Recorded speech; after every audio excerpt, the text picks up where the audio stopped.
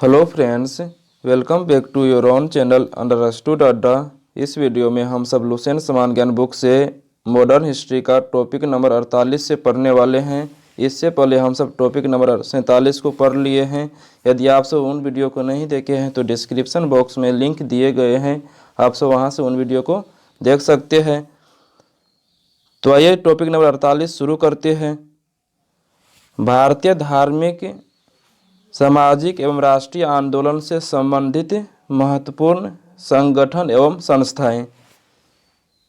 एक तरफ संस्थाएं हैं और बीच में स्थापना वर्ष है और बगल में क्या है, संस्थापक।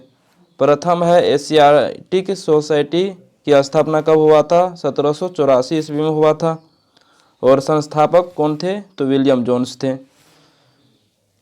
आत्मीय सभा का स्थापना कब हुआ था? तो 1815 ईस्वी में हुआ था। और संस्थापक कौन थे?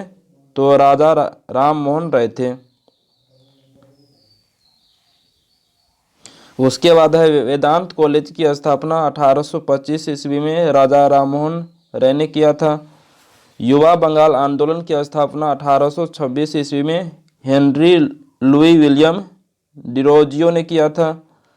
ब्रह्म समाज की स्थापना 1828 ईस्वी में राजा राम मोहन राय ने किया था। हिंदू धर्म सभा की स्थापना 1830 ईस्वी में राधाकांत देव ने किया था। लैंड होल्डर्स सोसाइटी की स्थापना 1838 ईस्वी में द्वारिका नाथ टैगोर ने किया था। तो इसमें आप आत्मीय सभा का गठन 1815 ईस्वी में राजा राम मोहन राय, और उसके बाद एशियाटिक सोसाइटी का गठन 1784 ईस्वी में विलियम जोन्स, और ब्रह्म समाज की स्थापना 1828 ईस्वी में राजा राम मोहन राय ने किए थे। इसको याद रखिए।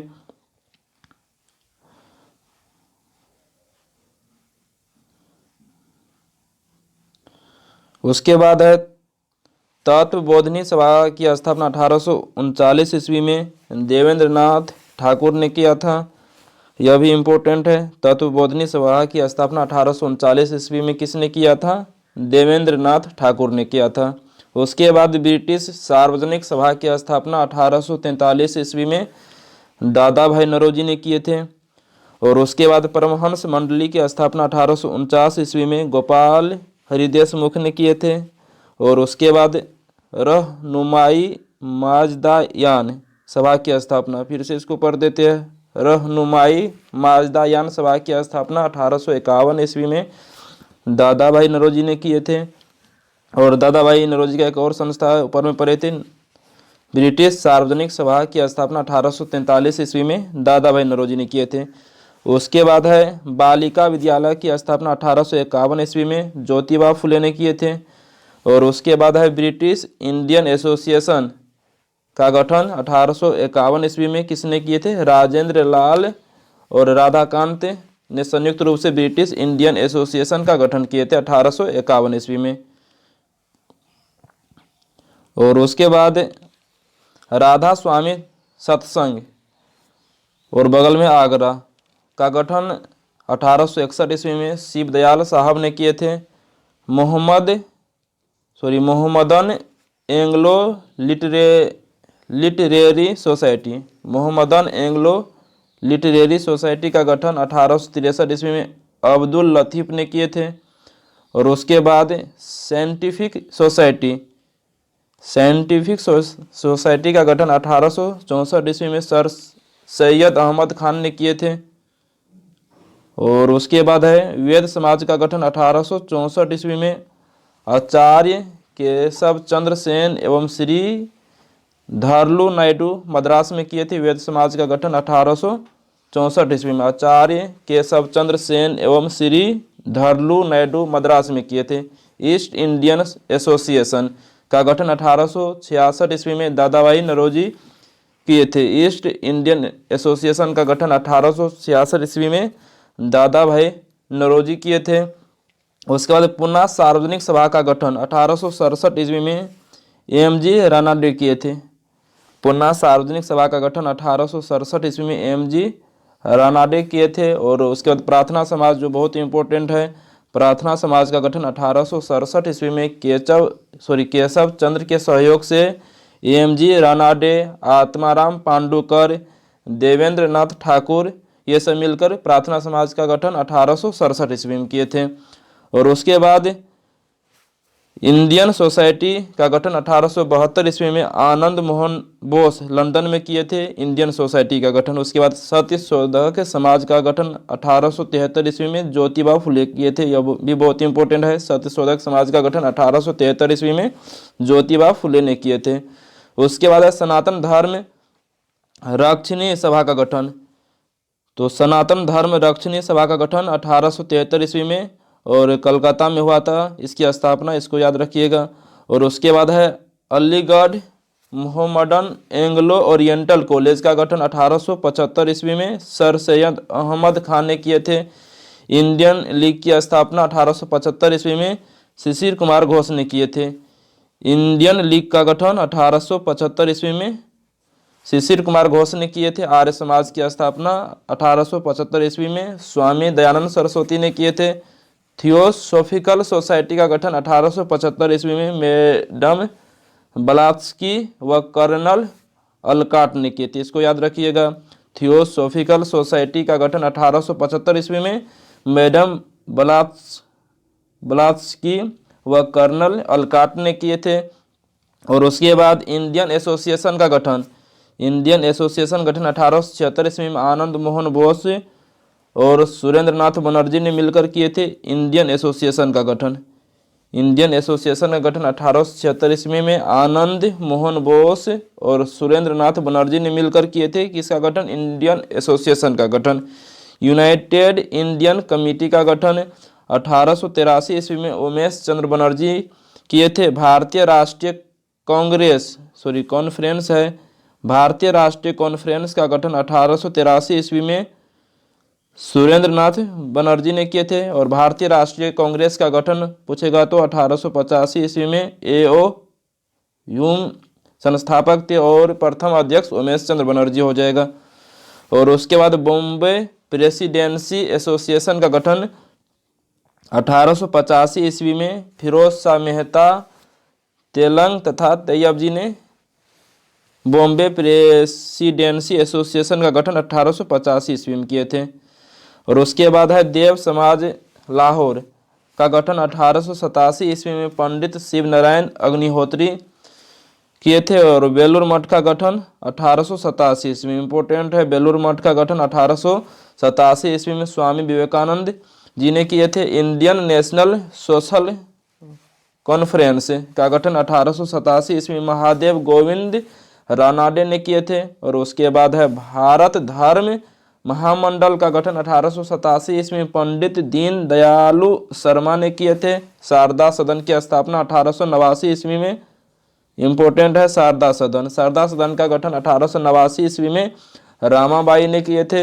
रामकृष्ण मिशन की स्थापना 1897 ईस्वी में स्वामी विवेकानंद जी ने किए थे, यह भी इंपॉर्टेंट है। और स्वामी विवेकानंद जी की एक और संस्था बेलूर मठ का गठन 1887 ईस्वी में स्वामी विवेकानंद जी ने किए थे। और इसका डेट भी इंपॉर्टेंट है, बेलूर मठ और रामकृष्ण मिशन का डेट भी याद रखिएगा। तो बेलूर मठ का गठन 1887 ईस्वी में और इसमें 10 ऐड कीजिए। रामकृष्ण मिशन का गठन 1897 ईस्वी में।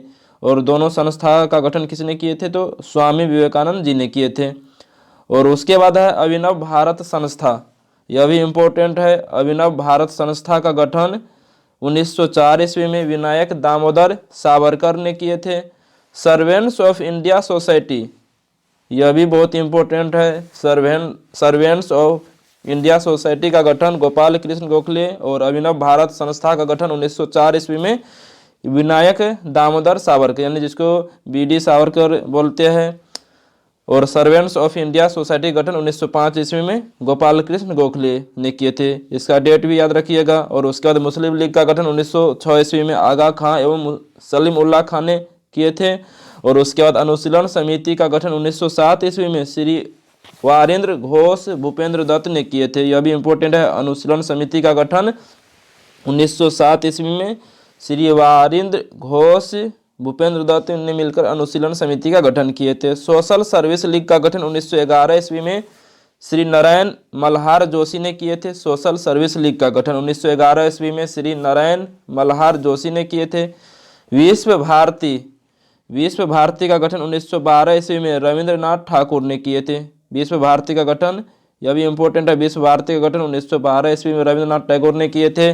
गदर पार्टी का गठन 1913 ईस्वी में लाला हरदयाल और काशीराम ने मिलकर किए थे। हिंदू महासभा का गठन 1915 ईस्वी में मदन मोहन मालवीय ने किए थे। हिंदू महासभा का गठन 1915 ईस्वी में मदन मोहन मालवीय ने किए थे। 1916 ईस्वी में होम रूल लीग का गठन तिलक एवं एनी बेसेंट ने किए थे। और पुन्ना में होम रूल लीग का गठन तिलक किए थे और मद्रास में होम रूल लीग का गठन एनी बेसेंट किए थे। और उसके बाद विमेंस इंडिया एसोसिएशन का गठन 1917 ईस्वी में लेडी सदाशिव अय्यर ने किए थे।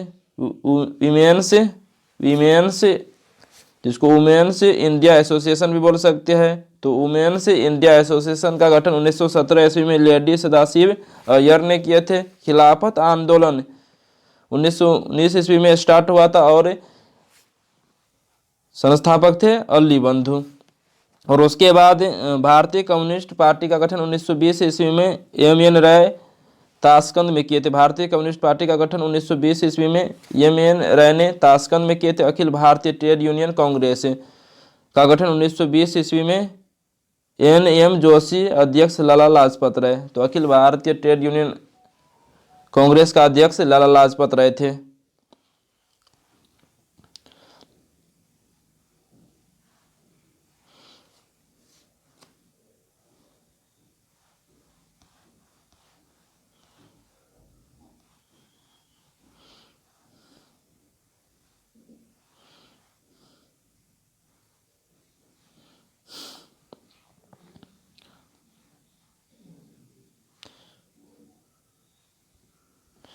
उसके बाद है स्वराज पार्टी का गठन 1923 ईस्वी में मोतीलाल नेहरू एवं चित्तरंजन दास ने किए थे और प्रयागराज में स्वराज पार्टी का गठन किए थे। इसको आप सब याद रखिएगा।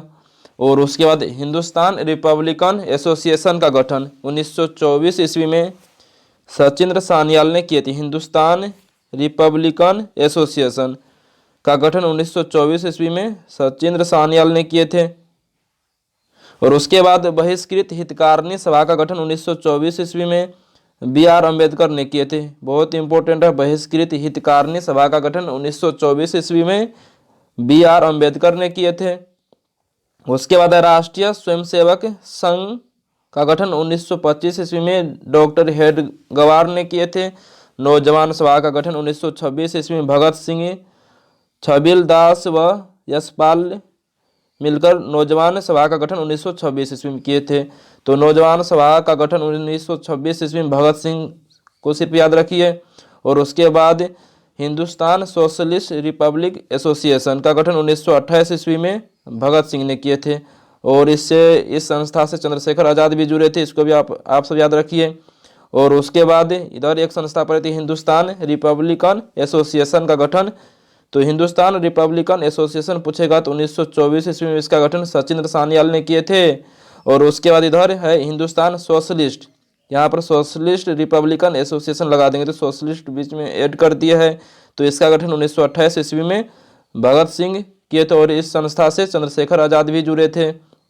और खुदाई खिदमतगार नामक संस्था का गठन 1929 ईस्वी में अब्दुल गफ्फार खान ने किया था। खुदाई खिदमतगार नामक संस्था का गठन 1929 ईस्वी में किसने किया था? तो अब्दुल गफ्फार खान ने किया था। हरिजन सेवक संघ का गठन पुणे में 1932 ईस्वी में महात्मा गांधी ने किए थे। और उसके बाद स्वतंत्र श्रमिक पार्टी का गठन 1936 ईस्वी में बी.आर. अम्बेडकर ने किए थे। स्वतंत्र श्रमिक पार्टी का गठन 1936 ईस्वी में बी.आर. अम्बेडकर ने किए थे। और उसके बाद फॉरवर्ड ब्लॉक का स्थापना 1939 ईस्वी में सुभाष चंद्र बोस ने किए थे। आज़ाद हिंद फौज का गठन 1942 ईस्वी में रास बिहारी बोस ने किया था। आज़ाद हिंद फौज का गठन 1942 ईस्वी में रास बिहारी बोस ने किए थे। आज़ाद हिंद सरकार के गठन 1943 ईस्वी में सुभाष चंद्र बोस हो जाएगा। तो आज़ाद हिंद सरकार का गठन 1943 ईस्वी में किसने किए थे? सुभाष चंद्र बोस ने। और आज़ाद हिंद फौज पूछेगा तो 1942 ईस्वी में रास बिहारी बोस हो जाएगा। लेकिन आज़ाद हिंद सरकार पूछेगा तो 1943 ईस्वी में सुभाष चंद्र बोस हो जाएगा। उसके बाद इधर है राजा राममोहन राय के बारे में पढ़ लेते हैं और जो बहुत ही इंपॉर्टेंट है। तो राजा राममोहन राय का जन्म 1774 ईस्वी में राधानगर नामक बंगाल के एक गांव में हुआ था। वे संस्कृत, फारसी, अरबी, अंग्रेजी, फ्रांसीसी, ग्रीक एवं हिब्रू सहित 1 दर्जन से अधिक भाषाएं जानते थे। तो इसमें तो इम्पोर्टेंट है सबसे पहले राजा राममोहन राय का जन्म राधानगर नामक बंगाल के गांव में हुआ था, यानी पश्चिम बंगाल में हुआ था। और उसके बाद जन्म 1774 ईस्वी में, और वे संस्कृत, फारसी, अरबी, अंग्रेजी, फ्रांसीसी, ग्रीक एवं हिब्रू सहित 1 दर्जन से अधिक भाषाएं जानते थे। उन्होंने वाराणसी में संस्कृत साहित्य एवं पटना में कुरान, अरबी एवं फारसी भाषा का अध्ययन किया। उन्होंने 1809 ईस्वी में फ्रांसीसी में अपनी प्रसिद्ध पुस्तक एकेश्वरवादियों को उपहार, बहुत इंपॉर्टेंट है, और किस भाषा में लिखे थे इसको? 1809 ईस्वी में फ्रांसीसी भाषा में एकेश्वरवादियों को उपहार, गिफ्ट टू मोनोथिस्ट लिखी, जिसमें उन्होंने अनेक देवताओं में विश्वास के विरोध और एकेश्वरवाद के पक्ष में वजनदार तर्क दिए। और एकेश्वरवादियों को उपहार यानी गिफ्ट टू मोनोथिस्ट नामक पुस्तक को राजा राममोहन राय ने फारसी भाषा में 1809 ईस्वी में लिखे थे। और इस पुस्तक में किसका वर्णन किए थे? अनेक देवताओं में विश्वास के विरुद्ध और एकेश्वरवाद के पक्ष में वजनदार तर्क दिए थे। उन्होंने 1820 ईस्वी में प्रीसेप्ट्स ऑफ जीसस नाम की पुस्तक प्रकाशित की, जिसमें उन्होंने न्यू टेस्टामेंट के नैतिक और दार्शनिक संदेश को उसकी चमत्कारिक कहानियों से अलग करने को कोशिश की। फिर से इस लाइन को पढ़ देते। उन्होंने 1820 ईस्वी में प्रीसेप्ट्स ऑफ जीसस नाम की पुस्तक प्रकाशित की, जिसमें उन्होंने न्यू टेस्टामेंट के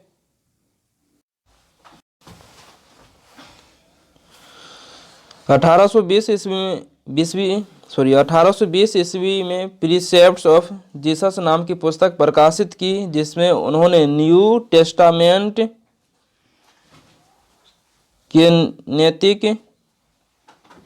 के नैतिक और दार्शनिक संदेश को उसकी चमत्कारिक कहानियों से अलग करने की कोशिश की। तो यहाँ पर राजा राममोहन राय की 2 बुक पढ़े। एक बुक पढ़े एकेश्वरवादियों को उपहार यानी कि गिफ्ट टू मोनोथिस्ट, और दूसरा पढ़े इधर प्रीसेप्ट्स ऑफ जीसस नाम की पुस्तक प्रकाशित की, यानी कि प्रीसेप्ट्स ऑफ जीसस नामक पुस्तक के बारे में पढ़े। उसके बाद है इधर राजा राममोहन राय की मृत्यु के पश्चात ब्रह्म समाज धीरे धीरे कई शाखाओं में विभक्त हो गया। महर्षि देवेंद्र नाथ टैगोर ने आदि ब्रह्म समाज की स्थापना की। किसने? तो महर्षि देवेंद्र नाथ टैगोर ने आदि ब्रह्म समाज की स्थापना की। उसके बाद श्री केशव चंद्र सेन ने भारतीय ब्रह्म समाज की स्थापना की। तो महर्षि देवेंद्र नाथ टैगोर ने आदि ब्रह्म समाज की स्थापना किसने किए थे? तो महर्षि देवेंद्र नाथ टैगोर ने। और भारतीय ब्रह्म समाज की स्थापना श्री केशव चंद्र सेन ने किए थे, और वह उनके पश्चात साधारण ब्रह्म समाज की स्थापना हुई। उसके बाद राजा राममोहन राय के नेतृत्व में ब्रह्म समाज ने अंग्रेजी भाषा और पश्चिमी शिक्षा का समर्थन किया। 1817 ईस्वी में हिंदू कॉलेज की स्थापना डेविड हेयर द्वारा कलकत्ता में की गई। तो हिंदू कॉलेज की स्थापना 1817 ईस्वी में डेविड हेयर के द्वारा कलकत्ता में की गई। और उसके बाद 1822 ईस्वी में उन्होंने एंग्लो हिंदू स्कूल स्थापित किए, और 1825 ईस्वी में उन्होंने वेदांत कॉलेज की स्थापना की।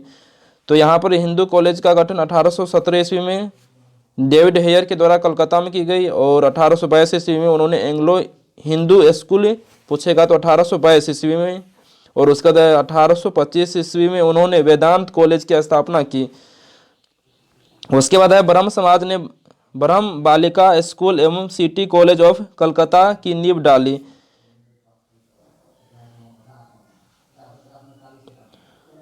और उसके बाद है 1825 ईस्वी में वेदांत कॉलेज की स्थापना की। अपरलित ब्रह्म समाज ने ब्रह्म बालिका स्कूल एवं सिटी कॉलेज ऑफ कलकत्ता की नींव डाली। राजा राममोहन राय ने 1826 ईस्वी में जूरी विधेयक का घोर विरोध किया।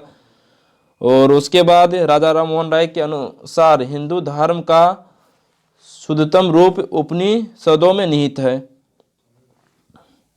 और उसके बाद जवान बंगाल आंदोलन का नेतृत्व एक एंग्लो इंडियन हेनरी विलियम डेराजियो ने किया था। जवान बंगाल आंदोलन का नेतृत्व किसने किया था? तो एक एंग्लो इंडियन हेनरी विलियम डेराजियो नामक व्यक्ति ने किए थे। राजा राम मोहन राय के विचारों के प्रचार के लिए देवेंद्र नाथ ठाकुर ने 1839 ईस्वी में तत्वबोधिनी सभा की स्थापना की। और जब राजा राम मोहन राय की मृत्यु हो जाते हैं तो इधर पढ़े थे, राजा राम मोहन राय की मृत्यु के पश्चात ब्रह्म समाज कई शाखाओं में विभक्त हो गए थे। देवेंद्र नाथ टैगोर ने आदि ब्रह्म समाज की स्थापना किए थे और श्री केशव चंद्र सेन ने भारतीय ब्रह्म समाज की स्थापना किए थे। और उसके बाद यहाँ पर राजा राम मोहन राय के विचारों के प्रचार के लिए देवेंद्र नाथ ठाकुर, या टैगोर बोलो या ठाकुर एक ही है, देवेंद्र नाथ ठाकुर ने 1839 ईस्वी में तत्वबोधिनी सभा की स्थापना की। तो तत्वबोधिनी सभा की स्थापना किसने किए थे? 1839 ईस्वी में देवेंद्र नाथ ठाकुर ने तत्वबोधिनी सभा की स्थापना की थी। तत्वबोधिनी सभा और उसके मुख्य पत्र तत्वबोधिनी पत्रिका ने बांग्ला भाषा में भारत के सुव्यवस्थित अध्ययन को बढ़ा दिया। उसके बाद है हिंदू धर्म सभा की स्थापना 1830 ईस्वी में राधाकांत देव ने कलकत्ता में की थी। इस संगठन की स्थापना मुख्य रूप से राजा राममोहन राय एवं हेनरी डेरेजियो के नेतृत्व में चल रहे सामाजिक सुधार आंदोलन से मुकाबला करने के लिए किया गया था। हिंदू धर्म सभा की स्थापना 1830 ईस्वी में राधाकांत देव ने कोलकाता में की थी। हिंदू धर्म सभा की स्थापना पूछेगा तो 1830 ईस्वी में राधाकांत देव ने कोलकाता में की थी। उसके बाद ईश्वर चंद्र विद्यासागर के बारे में पढ़ लेते हैं। तो ईश्वर चंद्र विद्यासागर का जन्म 1820 ईस्वी हो जाएगा और मृत्यु 1891 ईस्वी हो जाएगा। एवं कुंडुकुरी, क्या पढ़ेंगे इसको? कुंडुकुरी वीरेशलिंगम, कुंडुकुरी वीरेशलिंगम 1848 से 1919 ईस्वी ने विधवा विवाह को प्रोत्साहित किया। तो दो व्यक्ति थे जो विधवा पुनर्विवाह को समर्थन करते थे, ईश्वर चंद्र विद्यासागर एवं कुंडुकुरी वीरेशलिंगम ने विधवा विवाह को प्रोत्साहित किया। हमारे देश की उच्च जातियों में पहला कानूनी हिंदू विधवा पुनर्विवाह कलकत्ता में 7 दिसंबर 1856 ईस्वी को विद्यासागर की प्रेरणा से और उनकी ही देखरेख में हुआ था। तो इस लाइन को फिर से एक बार पढ़ लेते हैं। हमारे देश की उच्च जातियों में पहली कानूनी हिंदू विधवा पुनर्विवाह कलकत्ता में 7 दिसंबर 1856 ईस्वी को विद्यासागर की प्रेरणा से और उनकी ही देखरेख में हुए थे। और उसके बाद है ईश्वर चंद्र विद्यासागर कलकत्ता में संस्कृत कॉलेज के प्राचार्य थे। और जेईडी बेथुन ने बेथुन स्कूल की स्थापना 1849 ईस्वी में कोलकाता में की थी। जेईडी बेथुन ने बेथुन स्कूल की स्थापना 1849 ईस्वी में कोलकाता में की थी।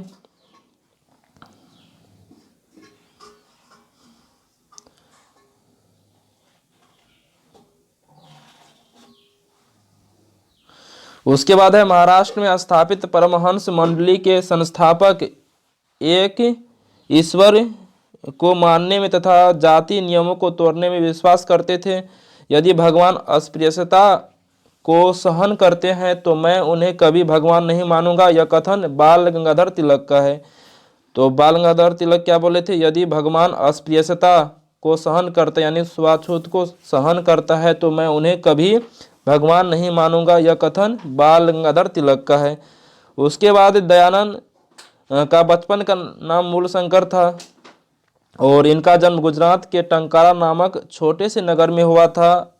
इन्होंने मथुरा के स्वामी बिरजानंद को अपना गुरु बनाया था और इसका मतलब स्वामी दयानंद जी के गुरु के नाम स्वामी बिरजानंद थे। और स्वामी दयानंद सरस्वती से प्रश्न आते ही रहते हैं। और उसके बाद 1874 ईस्वी में दयानंद ने सत्यार्थ प्रकाश की रचना की जो मूलतः हिंदी भाषा में लिखी गई। 1874 ईस्वी में स्वामी दयानंद सरस्वती ने सत्यार्थ प्रकाश की रचना की जो मूलतः हिंदी भाषा में लिखी गई थी। संसार के लिए स्वामी रामकृष्ण की सबसे बड़ी देन अध्यात्मवाद है। उनका कहना था कि मनुष्य का मूल लक्ष्य ईश्वर की प्राप्ति होना चाहिए, जो अध्यात्मवाद से ही संभव है। उसके बाद है स्वामी रामकृष्ण के शिष्य विवेकानंद थे, जिन्होंने 1893 ईस्वी में अमेरिका के शिकागो नगर में आयोजित सर्वधर्म सम्मेलन में भाग लेने के लिए गए। स्वामी विवेकानंद का बचपन का नाम नरेंद्र नाथ था। स्वामी विवेकानंद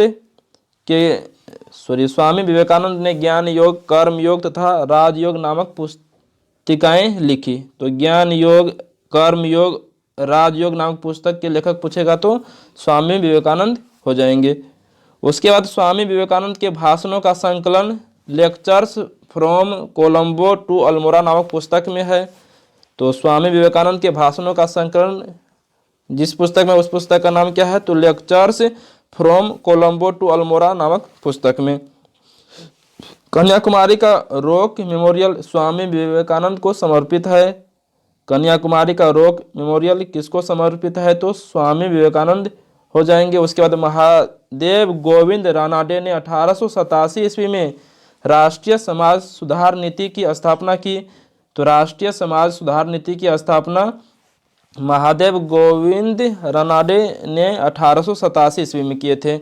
1887 ईस्वी से 1895 ईस्वी तक राष्ट्रीय समाज सुधार समिति का अधिवेशन कांग्रेस अधिवेशन के तुरंत बाद उसी पंडाल में होता था। तो फिर से इस लाइन को पढ़ लेते हैं। महादेव गोविंद रानाडे ने 1887 ईस्वी में राष्ट्रीय समाज सुधार समिति की स्थापना की। 1887 ईस्वी से 1895 ईस्वी तक राष्ट्रीय समाज सुधार समिति का अधिवेशन कांग्रेस अधिवेशन के तुरंत बाद उसी पंडाल में होता था। और उसके बाद 1861 ईस्वी में आगरा में श्री शिवदयाल खत्री ने राधा स्वामी सत्संग की स्थापना की। 1861 ईस्वी में आगरा में शिवदयाल खत्री ने राधा स्वामी सत्संग की स्थापना करते हैं। इनके समर्थकों ने दयाल बाग में एक मंदिर का निर्माण किया। फलस्वरूप दयाल बाग इस सत्संग का तीर्थ स्थल बन गया। और उसके बाद शिव नारायण अग्निहोत्री ने 2 फरवरी 1887 ईस्वी को लाहौर में देव समाज की स्थापना की थी। तो देव समाज की स्थापना पूछेगा तो लाहौर में 1887 ईस्वी में शिव नारायण अग्निहोत्री ने किए थे। पंजाब की मिर्जा गुलाब अहमद ने अहमदिया आंदोलन की शुरुआत की। उन्होंने अपने आप को पैगंबर बताया, जिसका उद्देश्य भारत में शुद्ध इस्लाम की स्थापना करना था। तो इस लाइन को फिर से पढ़ देते। पंजाब के मिर्जा गुलाब अहमद ने अहमदिया आंदोलन की शुरुआत की थी। तो अहमदिया आंदोलन किसने चलाए थे? तो मिर्जा गुलाब अहमद। और जिसका मकसद क्या था? जिसका उद्देश्य भारत में शुद्ध इस्लाम की स्थापना करना था। तो इसको आप सब याद रखिए। उसके बाद है मुसलमान को अंग्रेजी शिक्षा और आधुनिकरण की ओर ले जाने का श्रेय सर सैयद अहमद खां को है। तो मुसलमान को अंग्रेजी शिक्षा और आधुनिकरण की ओर ले जाने का श्रेय सर सैयद अहमद खां को है। और उनका अलीगढ़ आंदोलन इसका केंद्र बिंदु रहा। और उसका सर सैयद अहमद खान ने 1885 ईस्वी में अलीगढ़ में एंग्लो ओरिएंटल कॉलेज की स्थापना की, जो बाद में अलीगढ़ मुस्लिम विश्वविद्यालय कहलाया। तो सर सैयद अहमद खान ने 1875 ईस्वी में अलीगढ़ में एंग्लो ओरिएंटल कॉलेज की स्थापना की, जो बाद में अलीगढ़ मुस्लिम विश्वविद्यालय कहलाया। यानी कि अलीगढ़ मुस्लिम विश्वविद्यालय का पुराना नाम क्या था? तो एंग्लो ओरिएंटल कॉलेज था। इस कॉलेज के प्रथम प्रिंसिपल थियोडोर बेग थे। इस कॉलेज के प्रथम प्रिंसिपल कौन थे? थियोडोर बेग थे। और उसके बाद टॉपिक नंबर 49 को स्टार्ट करते हैं। भारतीय राष्ट्रीय आंदोलन से संबंधित महत्वपूर्ण आंदोलन एवं घटनाएं, जो बहुत ही इंपॉर्टेंट है। तो इसको ये देख लेते हैं। भारतीय राष्ट्रीय आंदोलन से संबंधित महत्वपूर्ण आंदोलन एवं घटनाएं को देख लेते हैं। आंदोलन एवं घटनाएं, इधर भारतीय राष्ट्रीय कांग्रेस की स्थापना 1885 ईस्वी में हुए थे। और संस्थापक कौन थे? तो A.O. ह्यूम थे। और बम्बई में गठन किया गया था भारतीय राष्ट्रीय कांग्रेस को। और प्रथम अधिवेशन भी बम्बई में ही हुआ था। और उसके बाद बंग भंग आंदोलन, जिसको स्वदेशी आंदोलन के नाम से जानते हैं। बंग भंग आंदोलन को ही किसके नाम से जानते हैं? स्वदेशी आंदोलन के नाम से जानते हैं। और बंग भंग आंदोलन कब हुआ था? 1905 ईस्वी में हुए थे। और बंगाल के विभाजन के विरोध में बंग भंग आंदोलन हुए थे। और उसके बाद है मुस्लिम लीग की स्थापना 1906 ईस्वी में आगा खां एवं सलीम उल्लाह खां ढाका में किए थे मुस्लिम लीग का गठन। उसके बाद कांग्रेस का विभाजन 1907 ईस्वी में नरम एवं गरम दल में विभाजित हो गए थे। और सूरत अधिवेशन में 1907 ईस्वी के सूरत अधिवेशन में कांग्रेस का विभाजन हुआ था। और उसका बाद होम रूल आंदोलन 1916 ईस्वी में तिलक एनी बेसेंट ने होम रूल आंदोलन चलाए थे। और इस सब के बारे में टॉपिक नंबर 47 में पढ़ लिए है। यदि आप सब वे वीडियो नहीं देखे हैं तो डिस्क्रिप्शन बॉक्स में लिंक दिए गए हैं, वहाँ से आप सब उन वीडियो को देख सकते हैं। और लखनऊ पैक्ट दिसंबर 1916 ईस्वी में कांग्रेस तथा मुस्लिम लीग के बीच समझौता को लखनऊ पैक्ट के नाम से जानते हैं। यानी कि लखनऊ अधिवेशन में ही गरम दल और नरम दल एक साथ हो गए थे। और उसके बाद यहाँ पर मॉन्टेग्यू घोषणा 20 अगस्त 1917 ईस्वी, भारत मंत्री लॉर्ड मॉन्टेग्यू की घोषणा। और उसके बाद रोलेट एक्ट 19 मार्च 1919 ईस्वी को काला कानून के नाम से रोलेट एक्ट को जानते हैं, जिसके अंतर्गत किसी भी व्यक्ति को संदेह के आधार पर गिरफ्तार किया जा सकता था। उसके बाद जलियांवाला बाग हत्याकांड के बारे में है। तो जलियांवाला बाग हत्याकांड की घटना कब घटी थी? 13 अप्रैल 1919 ईस्वी को, जनरल डायर, अमृतसर। और उसके बाद खिलाफत आंदोलन तो 1919 ईस्वी, शौकत अली और मोहम्मद अली। हंटर कमेटी की रिपोर्ट 28 मई 1920 ईस्वी, जलियांवाला बाग से संबंधित थे हंटर कमेटी, यानी जलियांवाला बाग की घटना को जांच पड़ताल के लिए हंटर कमेटी बनाए गए थे 28 मई 1920 ईस्वी को। और उसके बाद है कांग्रेस का नागपुर अधिवेशन, दिसंबर 1920 ईस्वी में हुए थे। और असहयोग आंदोलन का प्रस्ताव पारित हुए थे कांग्रेस के नागपुर अधिवेशन में। असहयोग आंदोलन के बारे में है तो इसका प्रारंभ 1 अगस्त 1920 ईस्वी को हुए थे और महात्मा गांधी ने किए थे। उसके बाद चोरी चौरा कांड है तो 5 फरवरी 1922 ईस्वी का घटना है, गोरखपुर जिले उत्तर प्रदेश की। इस घटना के बाद असहयोग आंदोलन को महात्मा गांधी ने स्थगित कर दिए। उसके बाद स्वराज पार्टी की स्थापना तो 1 जनवरी 1923 ईस्वी, मोतीलाल नेहरू एवं चित्तरंजन दास ने स्वराज पार्टी के गठन किए थे। उसके बाद हिंदुस्तान रिपब्लिक एसोसिएशन का गठन अक्टूबर 1924 ईस्वी को सचिन सान्याल ने किए थे। और हिंदुस्तान सोशलिस्ट रिपब्लिक एसोसिएशन का गठन पूछेगा तो 1928 ईस्वी में भगत सिंह ने किए थे। साइमन कमीशन की नियुक्ति 8 नवंबर 1927 ईस्वी को हुआ था और 3 फरवरी 1928 ईस्वी को भारत आए थे। जो साइमन की अध्यक्षता में 7 सदस्यीय आयोग का गठन, और इसको व्हाइट मैन कमीशन के रूप में भी जानते हैं। और उसका साइमन कमीशन का भारत आगमन पूछेगा तो 3 फरवरी 1928 ईस्वी हो जाएगा। भारत में लाला लाजपत राय के नेतृत्व में विरोध एवं उन पर लाठी प्रहार। और उसके बाद नेहरू रिपोर्ट अगस्त 1928 ईस्वी, तो नेहरू रिपोर्ट पूछेगा तो अगस्त 1928 ईस्वी पंडित मोतीलाल नेहरू की अध्यक्षता में। और वारदोली सत्याग्रह अक्टूबर 1928 ईस्वी में वारदोली सत्याग्रह हुए थे। गुजरात के किसानों का लगान वृद्धि के विरोध में सरदार वल्लभ भाई पटेल के नेतृत्व में आंदोलन। और इसी आंदोलन में बारदोली की महिलाओं ने सरदार वल्लभ भाई पटेल को सरदार की उपाधि दिए थे। लाहौर षड्यंत्र पूछेगा तो 8 अप्रैल 1929 ईस्वी, लाहौर षड्यंत्र का घटना 8 अप्रैल 1929 ईस्वी, भगत सिंह और बटुकेश्वर दत्त द्वारा ब्रिटिश असेंबली में बम फेंकना। और इसी घटना को लाहौर षड्यंत्र के रूप में जानते हैं। 8 अप्रैल 1919 ईस्वी का घटना। कांग्रेस का लाहौर अधिवेशन दिसंबर 1929, पूर्ण स्वाधीनता का प्रस्ताव कांग्रेस के लाहौर अधिवेशन में ही रखे गए थे और इसकी अध्यक्षता पंडित जवाहरलाल नेहरू ने किए थे। स्वाधीनता दिवस की घोषणा 2 जनवरी 1930 ईस्वी, 26 जनवरी को स्वाधीनता दिवस के रूप में मनाने की घोषणा किए गए थे। और उसके बाद है नमक सत्याग्रह, तो 12 मार्च 1930 से 6 अप्रैल 1930 ईस्वी तक, यहाँ पर 5 अप्रैल लिखा गया है। महात्मा गांधी यानी 24 दिन का यात्रा था, दांडी यात्रा। महात्मा गांधी के द्वारा साबरमती आश्रम से दांडी जाकर नमक बनाकर नमक कानून का उल्लंघन करना, उसका सविनय अवज्ञा आंदोलन 6 अप्रैल 1930 ईस्वी को सविनय अवज्ञा आंदोलन स्टार्ट हुए थे। और सविनय अवज्ञा आंदोलन उसके बाद है सविनय अवज्ञा आंदोलन पूछेगा तो 6 अप्रैल 1930 को स्टार्ट हुए थे। उसके बाद है प्रथम गोलमेज सम्मेलन। तो प्रथम गोलमेज सम्मेलन 12 नवंबर 1930 ईस्वी हो जाएगा। और उसके बाद प्रधानमंत्री मैकडोनाल्ड की अध्यक्षता में लंदन में प्रथम गोलमेज सम्मेलन हुए थे। उसके बाद है गांधी इरविन समझौता पूछेगा तो 4 मार्च 1931 ईस्वी हो जाएगा। महात्मा गांधी और वायसराय इरविन के मध्य संपन्न तथा सविनय अवज्ञा आंदोलन स्थगित करने की घोषणा की गई थी इसमें, यानी कि गांधी इरविन समझौता के तहत ही सविनय अवज्ञा आंदोलन स्थगित किए गए थे। द्वितीय गोलमेज सम्मेलन 7 सितंबर 1931 ईस्वी। प्रथम पूछेगा तो 12 नवंबर 1930 ईस्वी हो जाएगा। गांधी जी ने इस सम्मेलन में भाग लिए थे। उसके बाद कम्युनल अवार्ड, जिसको सांप्रदायिक पंचायत के रूप में भी जानते हैं, 16 अगस्त 1932 ईस्वी मैकडोनाल्ड द्वारा पृथक प्रतिनिधित्व प्रदान करना। और उसके बाद है पूना पैक्ट यरवादा सेंट्रल जेल में हुए थे 24 सितंबर 1932 ईस्वी। बहुत इंपॉर्टेंट है पूना पैक्ट, डेट सहित इसको याद रखिए, 24 सितंबर 1932 ईस्वी।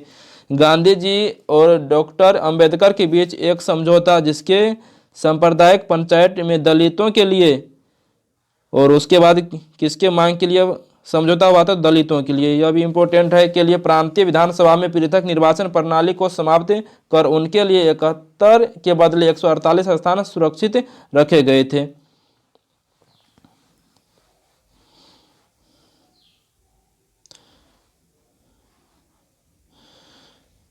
उसके बाद है आंदोलन,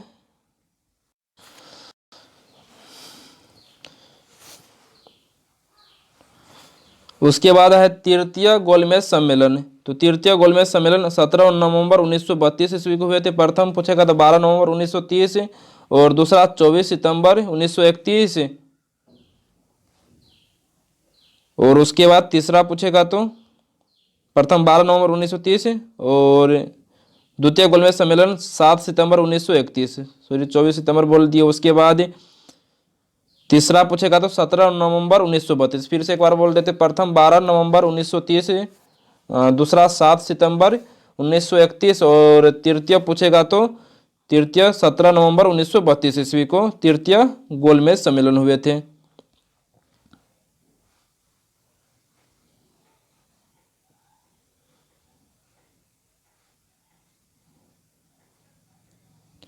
तो तृतीय गोलमेज सम्मेलन 17 नवंबर 1932 ईस्वी को, इसमें कांग्रेस ने भाग नहीं लिए थे। और उसका कांग्रेस सोशलिस्ट पार्टी का गठन मई 1934 ईस्वी में जयप्रकाश नारायण और उसके बाद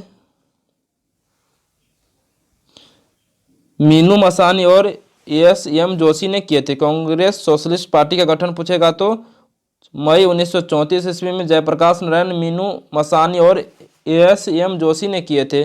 फॉरवर्ड ब्लॉक का गठन 1 मई 1939 ईस्वी को सुभाष चंद्र बोस ने किए थे। मुक्ति दिवस 22 दिसंबर 1939 ईस्वी को मुस्लिम लीग द्वारा कांग्रेस मंत्रिमंडल के त्यागपत्र पर मनाया गया, यानी जब कांग्रेस मंत्रिमंडल ने इस्तीफा दे दिए थे तो मुस्लिम लीग मुक्ति दिवस के रूप में 22 दिसंबर 1939 ईस्वी को मनाए थे। और उसके बाद पाकिस्तान की मांग 24 मार्च 1940 ईस्वी, तो मुस्लिम लीग के लाहौर अधिवेशन में पाकिस्तान की मांग किया गया था और पाकिस्तान शब्द रहमत अली ने गढ़ा था। अगस्त प्रस्ताव 8 अगस्त 1940 ईस्वी वायसराय लिनलिथगो के शासनकाल में। और उसके बाद क्रिप्स मिशन का प्रस्ताव मार्च 1942 ईस्वी, स्टीफर्ड क्रिप्स। और भारत छोड़ो का प्रस्ताव 8 अगस्त 1942 ईस्वी शिमला गांधी। शिमला सम्मेलन 25 जून 1945 ईस्वी, राजनीतिक दलों का सम्मेलन था शिमला सम्मेलन। और कब हुआ था? 25 जून 1945 ईस्वी को। नौसेना का विद्रोह 18 फरवरी 1946 ईस्वी, मुंबई HMIS तलवार के सैनिकों द्वारा। और उसके बाद प्रधानमंत्री इटली की घोषणा 15 मार्च 1946 ईस्वी, भारत को स्वतंत्र करने का आश्वासन दिया था 15 मार्च 1946 ईस्वी को प्रधानमंत्री इटली के द्वारा। कैबिनेट मिशन का आगमन 24 मार्च 1946 ईस्वी, ब्रिटिश मंत्रिमंडल के 3 सदस्यों पैथिक लॉरेंस, सर स्टेफोर्ड क्रीव्स एवं एबी अलेक्जेंडर का भारत आगमन। इसमें पैथिक लॉरेंस जो थे कैबिनेट मिशन के अध्यक्ष थे, पैथिक लॉरेंस। और उसके बाद और आगमन कब हुआ था भारत में? 24 मार्च 1946 ईस्वी को।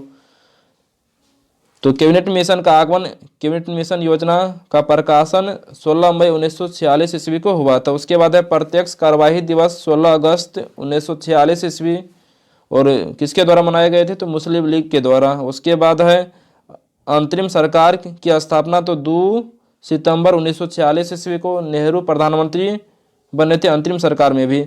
और माउंटबेटन योजना 3 जून 1947 ईस्वी को वायसराय माउंटबेटन ने भारत विभाजन की योजना रखी।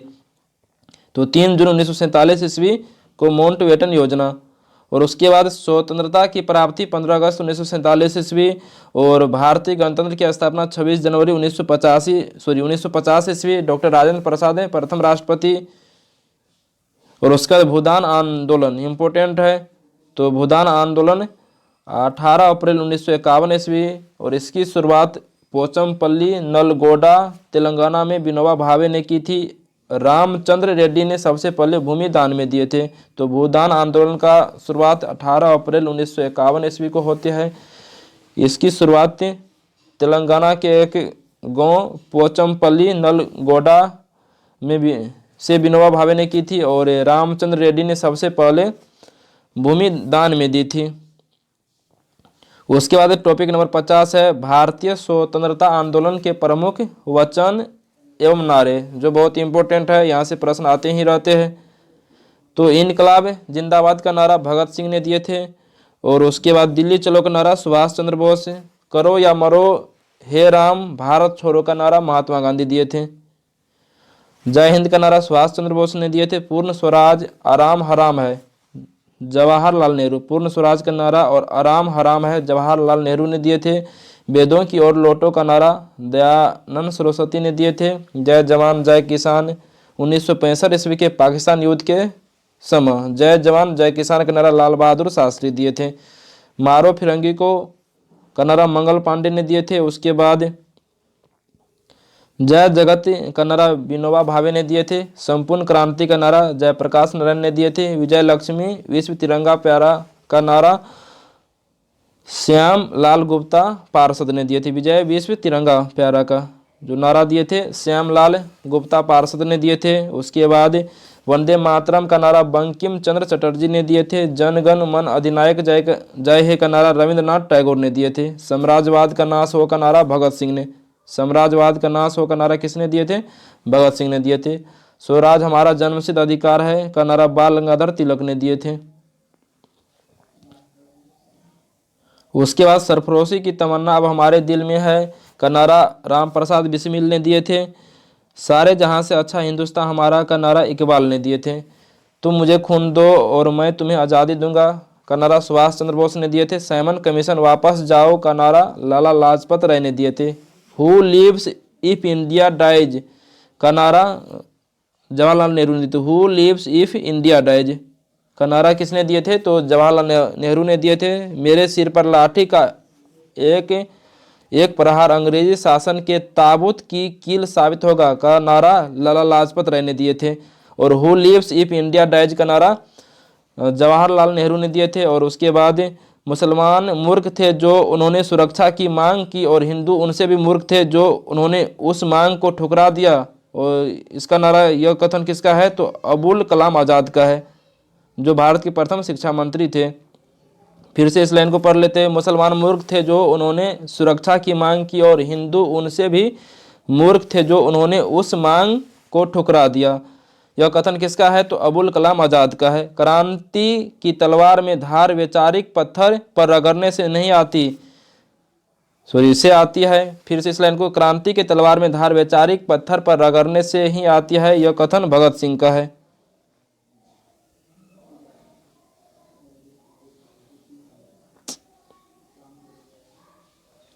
और उसके बाद है भारत छोड़ो स्लोगन महात्मा गांधी का ही था पर इतिहासकार एक सम्मत नहीं है। यानी भारत छोड़ो स्लोगन महात्मा गांधी का ही था पर इतिहासकार सब इतिहासकार इसको सही नहीं मानते हैं। मीडिया रिपोर्ट्स के अनुसार भारत छोड़ो स्लोगन लिखने का श्रेय मेहर यूसुफ अली को जाता है। भारत छोड़ो स्लोगन लिखने यानी भारत छोड़ो स्लोगन यानी कि नारा लिखने का श्रेय किसको जाता है? मेहर यूसुफ अली को जाता है। मेहर यूसुफ अली को जाता है। इन्होंने ही भारत छोड़ो आंदोलन आरंभ करने के कुछ समय पूर्व गांधी जी से मुलाकात कर उन्हें क्विट इंडिया स्लोगन का सुझाव दिया। इन्होंने ही भारत छोड़ो आंदोलन आरंभ करने के कुछ समय पूर्व, यानी भारत छोड़ो आंदोलन प्रारंभ होने वाला तो उससे कुछ समय पूर्व ही गांधी जी से मुलाकात कर उन्हें क्विट इंडिया स्लोगन का सुझाव दिया था। गोपाला स्वामी ने अपनी पुस्तक गांधी एवं बॉम्बे में लिखा है कि क्विट इंडिया को यूसुफ ने ही गांधी जी के सामने पेश किया था और गांधी जी ने उसे स्वीकार किया था। तो मेहर यूसुफ अली, इसको याद रखिएगा। यानी भारत स्लोगन जो शब्द है, नारा है, महात्मा गांधी को किसने सुझाव दिए थे इसका? तो मेहर यूसुफ अली ने। उसके बाद टॉपिक नंबर 51, स्वतंत्रता आंदोलन से संबंधित प्रकाशित पत्र पत्रिकाएं एवं पुस्तक। पत्र पत्रिकाएं एवं पुस्तक है, एक तरफ लेखक एवं लेखिकाएं है, संपादक है। अभ्युदय, लीडर, हिंदुस्तान, इन पत्र के संपादक कौन थे? तो मदन मोहन मालवीय। अभ्युदय, लीडर, हिंदुस्तान। अभ्युदय, लीडर, हिंदुस्तान से संबंधित कौन है? Madan Mohan Malaviya. Abhyudaya, Leader, Hindustan. Indian Mirror, Vama Bodhini, तो केशव चंद्र सेन। इंडियन मिरर, वाम बोधनी, केशव चंद्र सेन से संबंधित है। Independent, Motilal Nehru.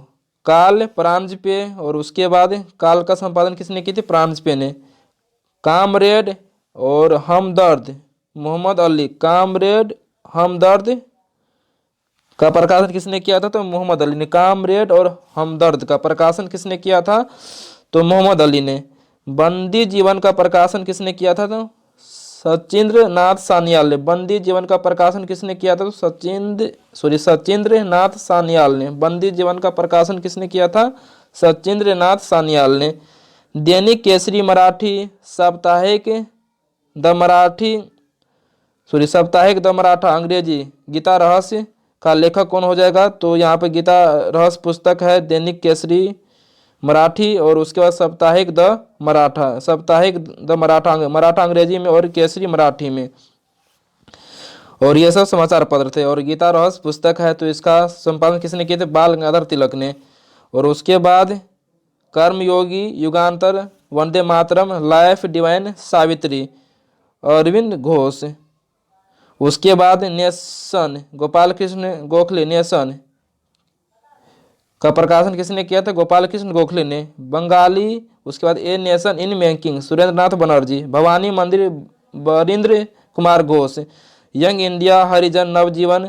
Hind Swaraj, my experiment with truth, ethical religion. और उसके बाद है पाथवे टू गॉड। इस सब का प्रकाशन किसने किए थे? तो महात्मा गांधी ने। तो एक इसमें नया है, पाथवे टू गॉड। और उसके बाद ethical religion, pathway to God, ethical religion, Mahatma Gandhi. Sambad Kaumudi, Raja Ram Mohan Roy. Som Prakash, Ishwar Chandra Vidyasagar. Amrita Bazar Patrika vernacular press act के कारण बांग्ला से अंग्रेजी में प्रकाशित होने वाला। शिशिर कुमार घोष। अमृत बाजार पत्रिका, तो शिशिर कुमार घोष। और उसके बाद इधर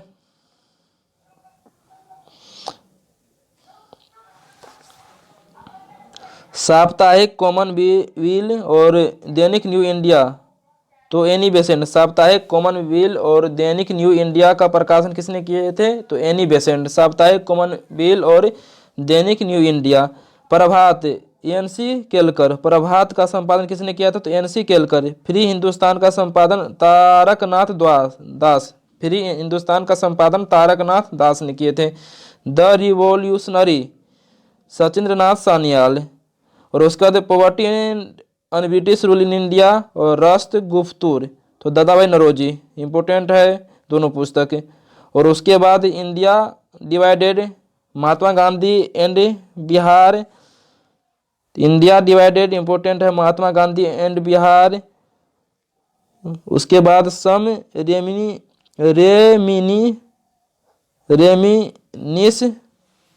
फिर से पढ़ लेते। सम रेमिनी संशेष सत्याग्रह एट चंपारण बापू के कदमों में, तो इसका लेखक कौन है? राजेंद्र प्रसाद। फिर से इंडिया डिवाइडेड नामक पुस्तक का लेखक पूछेगा तो डॉक्टर राजेंद्र प्रसाद हो जाएंगे, जो हमारे देश के पहले राष्ट्रपति थे। और उसका बाद सम रेमिनेसंसेस सत्याग्रह एक्ट चंपारण बापू के कदमों में, तो इस पुस्तक का भी लेखक डॉक्टर राजेंद्र प्रसाद हैं। उसके बाद unhappy India, young India, the story of my deportation का लेखक लाला लाजपत राय। अनहैप्पी इंडिया का लेखक, और इंडिया डिवाइडेड, तो इंडिया डिवाइडेड नामक पुस्तक का लेखक कौन हो जाएगा? डॉक्टर राजेंद्र प्रसाद हो जाएंगे। Unhappy India, young India, the story of my deportation का लेखक लाला लाजपत राय हो जाएंगे। इंडिया विंस फ्रीडम, गुब्बारे खातिर, अल हिलाल, इन सब पुस्तक के लेखक अब्दुल कलाम आज़ाद थे। इंडिया विंस फ्रीडम, गुब्बारे खातिर, अल हिलाल, तो अल हिलाल और इंडिया विंस फ्रीडम कितना बार एग्जाम में पूछ लिए गए हैं, तो इसको आप सब याद रखिए। और उसका दे डिस्कवरी ऑफ इंडिया, और उसके बाद ग्लिम्पसेज ऑफ वर्ल्ड हिस्ट्री, फिर से glimpses of world history, Meri कहानी, कौमी आवाज़, और इन सभी पुस्तक के लेखक जवाहरलाल नेहरू थे। फिर से इसको पहले discovery of India, glimpses of world history, Meri Kahani और कौमी आवाज़, इन सभी पुस्तक के लेखक जवाहरलाल नेहरू हैं। और हिंट्स फॉर सेल्फ कल्चर नामक पुस्तक के लेखक लाला हरदयाल है। Hints for self culture. उसका इंडियन अर्नेस्ट नामक पुस्तक के लेखक सर वैलेंटाइन सिरोल है। इंडियन अर्नेस्ट नामक पुस्तक का लेखक सर वैलेंटाइन सिरोल है। और उसके बाद स्वराज नामक पुस्तक का लेखक टी प्रकाशम है। जस्टिस नामक पुस्तक का लेखक टी.एम. नायर है। द सोशलिस्ट नामक पुस्तक का लेखक एस.ए. डांगे है। इंडिया फॉर इंडियंस नामक पुस्तक का लेखक चित्तरंजन दास। और उसके बाद वार ऑफ इंडियन इंडिपेंडेंस नामक पुस्तक का लेखक वीर सावरकर। और उसके बाद होम एंड द वर्ल्ड और गीतांजलि नामक पुस्तक का लेखक रविन्द्रनाथ ठाकुर हो जाएगा। नील दर्पण नामक पुस्तक का लेखक दीनबंधु मित्र हो जाएंगे। और सोजे वतन, कर्मभूमि, शतरंज के खिलाड़ी, तो मुंशी प्रेमचंद का पुस्तक है। सोजे वतन, कर्मभूमि, और उसके बाद शतरंज के खिलाड़ी। और उसके बाद बांगे दरा तराने हिंद नामक पुस्तक का लेखक मोहम्मद इकबाल। बांगे दरा तराने हिंद नामक पुस्तक का लेखक मोहम्मद इकबाल है। और उसके भारत भारती मैथिली शरण गुप्त का है। भारत दुर्दशा भारत तेंदु हरिश्चंद्र का है। और उसके बाद कांग्रेस का इतिहास पटाभी सितारमैया का पुस्तक है, कांग्रेस का इतिहास। उसके बाद सत्यार्थ प्रकाश का प्रकाशन दयानंद सरस्वती ने किए थे। इंडियन स्ट्रगल नामक पुस्तक का लेखक सुभाष चंद्र बोस है। Indian struggle. आनंद मठ देवी चौधुरानी नामक पुस्तक के लेखक बंकिम चंद्र चट्टोपाध्याय, यानी बंकिम चंद्र चट्टोपाध्याय आनंद मठ और देवी चौधुरानी नामक पुस्तक के लेखक है। उसके बाद भारतीय विद्रोह के कारण तहजीब उल आरुलाक, और फिर से पढ़ लेते हैं। भारतीय विद्रोह के कारण तहजीब उल आरुलाक नामक पुस्तक के लेखक सर सैयद अहमद खां। कॉमरेड नामक पुस्तक के लेखक मोहम्मद अली। और उसके बाद इनकलाब नामक पुस्तक के लेखक गुलाम हुसैन।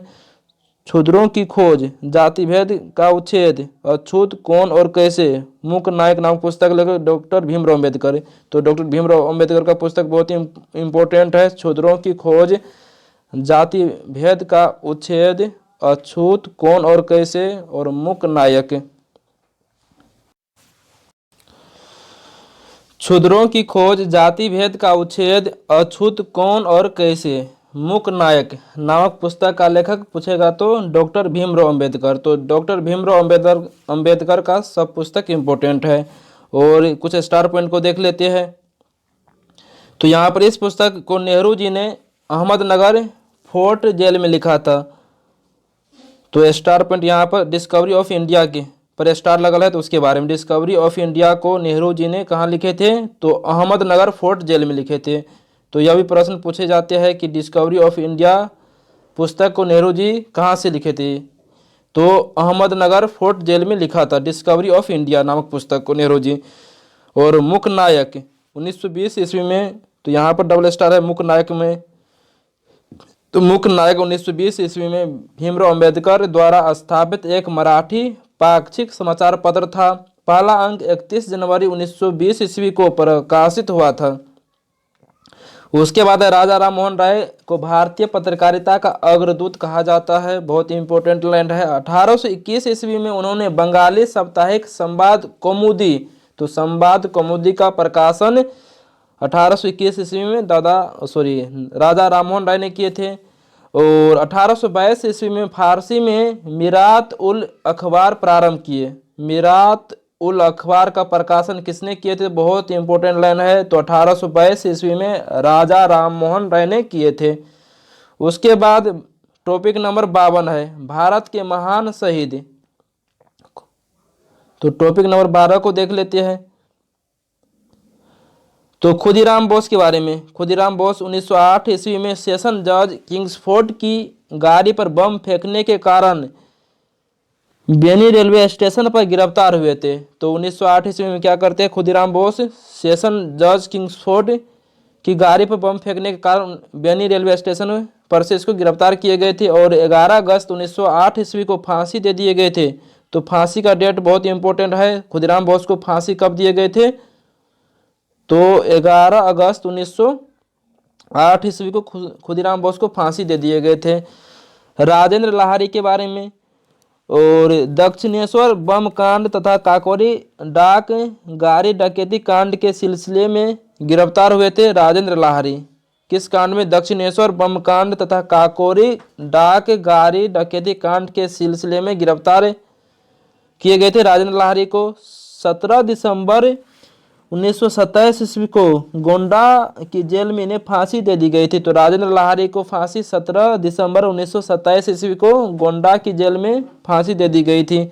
उसके बाद है राम प्रसाद बिस्मिल के बारे में। मैनपुरी षड्यंत्र एवं काकोरी कांड का योजनाकार कौन थे? मैनपुरी षड्यंत्र एवं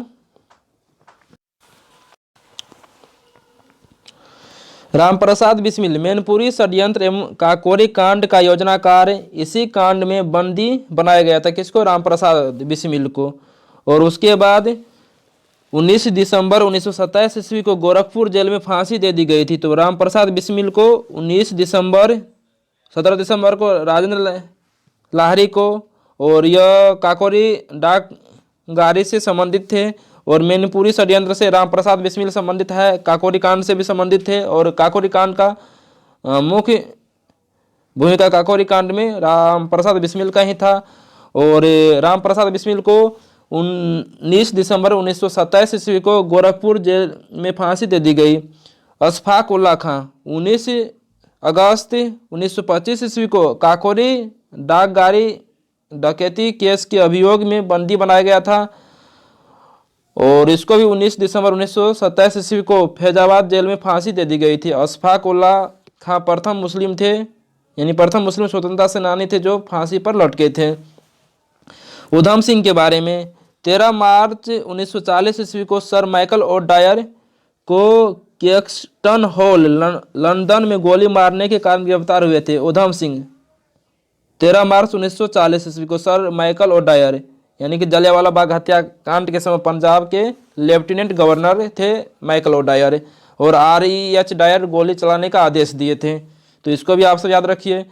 तो 13 मार्च 1940 ईस्वी को माइकल ओ डायर को कैक्सटन हॉल लंदन में गोली मारने के कारण गिरफ्तार किए गए। उधम सिंह गिरफ्तार हुए थे 13 मार्च 1940 ईस्वी को। किसकी हत्या कर दी? माइकल ओ डायर को। 31 जुलाई 1940 ईस्वी को पेंटन विलेज जेल में फांसी दे दी गई थी 31 जुलाई 1940 ईस्वी को।